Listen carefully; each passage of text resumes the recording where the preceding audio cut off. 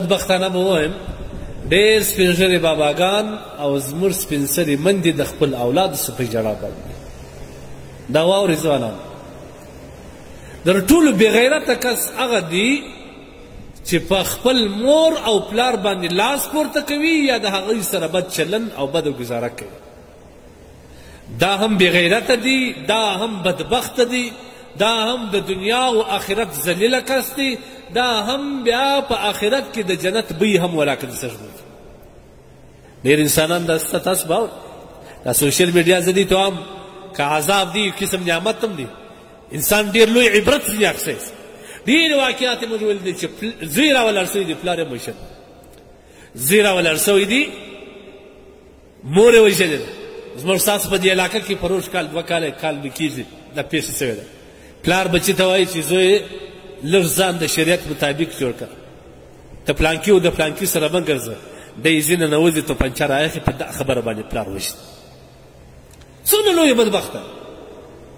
در تا لوی بدبخته او در تا ذلیله په دنیا کې نشته چې ستا د مردار لاس څخه ستا پلار ژوند د لاسه ورکړي هغه پلار چې ته یې دغه لاس دغه حال ته په کوم حالت کې رارسولی نو تا د پلار سره کوم سلوک ستا د مور سره کوم سلوک روان نو ستا مور په کور کې په سرو اوښکو ناسته ده ته به شادي کوې زما دې په خدای قسم وي چې کله ته سپین ږیری سې یا ستا مېرمن سپین سری سي د دې 2 چنده به الله ستاسو سره کوي دا قرض دی دا پور دی دا نه پاتې علماو یو واقعه لیکلې ده ما د ټول من د واقعې د انسان دپاره د عبرت لوی ذریعه ده یو سړي پلار اخیستی په شاک سمندر ته غورځوي وژي یې پلار یې چې کله ورسوي وژي یې او اوبو ته یې وغورځوي پلار یې په ژړا سول بچی لږ مې اخوا ته وغورځوه غول بابا زه دې وژنم زما خوښه ده چې په هر ځای کې په دې کې ستاسې حکمت دی بابا ورته وایي چې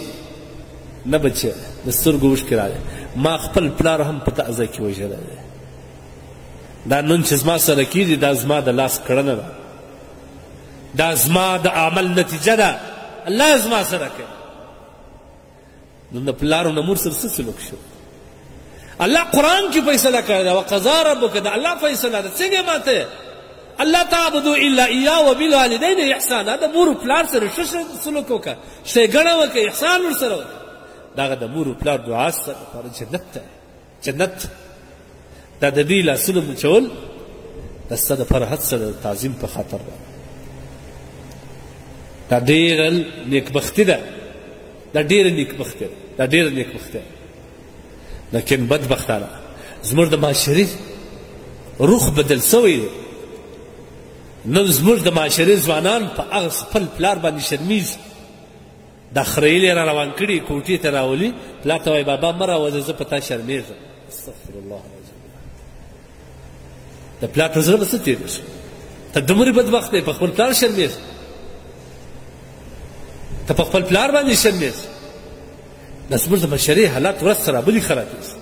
رسول الله صلی الله علیه وسلم فرمایي رضا الرب فی رضا الوالد وسخط الرب فی سخط الوالد د پلار رضا د الله رضا د پلار په رضا کې چې دغه سپین ږیري بابا دا ستا په کور کې هغه سپیره پخوانی سپین ږیری هغه بابا چې ستا پلار دی چې در څو دې دغه راضي کړی نه وي والله که الله راضي او دا واورې دا حقوق العباد دي د چا سره چې مور و پلار ناراضي وي او د دنیا څخه ځینې کللي رخصت سوي او دی په داسې حال کې پرېښی چې مور و پلار ځینې ناراضي تر دغه بدبخته کس د ځمکې پر سر باندې نشته د الله په حضور کې د الله په وړاندې به پلار د دغه بچي شکایت کوي چې خدایه ما بخښلی نه دی ته به هم نه بخښې الله سبحانه وتعالی وایي چې ته نه بخښې زه هم نه بخښم ځه جهنم ته ځکه دا حدیث دی قرآن کې الله دا فیصله کړې ده وقضا ربک الله فیصله کړې ده کومه فیصله کړې ده الله تعبدو الا ایاه وبالوالدین احسانا در ټولو اول مهم ټکی دا دی چې شرک به نه کوې ګوره در ټولو خطرناک ظلم دا دی چې سړی د الله سره ظلم وکړي د الله سره ظلم دا دی چې سړی د خدای سره شریک ونیسي یا په عبادت کې یا په استعانت کې یا په هر څه کې د الله تبارک وتعالی سره شریک ګرځول دا ډېر لوی ظلم دی ان الشرک لظلم عظیم دویم ظلم دا دی ځکه قرآن کې الله د خپل حقوق وروسته د بنده په حقوقو کې اول حق مور پلار ته ورکړی وقضا ربک الا تعبدوا الا ایاه دا د الله حق دی وبالوالدین احسانا دا د مور پلار حق دی د مور پلار سره ښه سلوک کوه ته به ژوندی یې د ستا مور پلار یو یا دواړه به ستا په ژوند کې هغه کلام عمر ته ورسېږي سپین زرتابه ته به ورسېږي د دې تور ورشته به سپین سي د مور تور سر به دې سپین سي الله سبحانه وتعالی وایي ته به په دا وخت کې څه کوې فلا تقل لهما اف د اف کلمه به هم نه وایه ځکه ته چې د بازاره راسې تا غوټه په شا راخیستې ته چې کله کور ته راسې ستا هغه مېرمن چې ته فرمین یې ته د مور پر مور لاس پورته کوي د مېرمنې په وجې هغه مېرمن اول ستا د شا غوټې ته ګوري ستا د لاس په غوټې ته ګوري لیکن ستا مور ستا وطندي ته ګوري ستا مور ستا د مخ رویې ته ګوري چې چېرته زما د بچي طبیعت خراب خو نه زما بچی خو به چا په بازار کې زیر کړی نه نن د هغه بدبختې مېرمنې پر سر باندې تا خپله مور وشړل تا مور وغورځول تا خپل رزل لاس پر مور پورته کړي یا صفا علینا افسوس پر موږ باندې مور خو د انسان دپاره په دنیا کې عظیم نعمت دی ځکه دا ستا خالق ظاهري دی زموږ یو خالق حقیقي ذات چې کوم دی الله دی لیکن موږ چې دنیا ته د چا په سبب راغلی یو د چا په واسطه راغلی یو مور ده پلار دی هغه مور چې کله ته پیدا کېدې د ستا په وجه څومره تکلیفات وړي هغه مور چې کله به ته ماشوم وې ستا صفایي ستا خوراکه ستا د خوب بندوبست ستا د هر ضرورت بندوبست د مور کوي کله چې به تا دومره طاقت او قدرت نه درلودي چې خالي دا خپله پښه وغځې دا مور به دې دا پښه درغځول تا دا قدرت نه درلودي چې په لاس کې شی ونیسې دغه مور ته په دې باندې عادي کړلې ستا لاس دې راواخیستې یو شی به پکې درکړي دغه د ډوډۍ هغه سپکه ګوله تا خپلې خولې ته نه سوې پورته کولی تا هغه د ډوډۍ سپکه ګوله تا په خپل لاس کې نه سوې نیولی مور دغه ځای ته ورسولې چې اول یې ته په ګوله نیولو باندې قادره کړې بیا یې په دې قادره کړې چې ستا د ګولې لاس تا و خولې ته یوسي چې په خوراک باندې عادت کړې هغه مور چې ته مریض وې دی به ژړل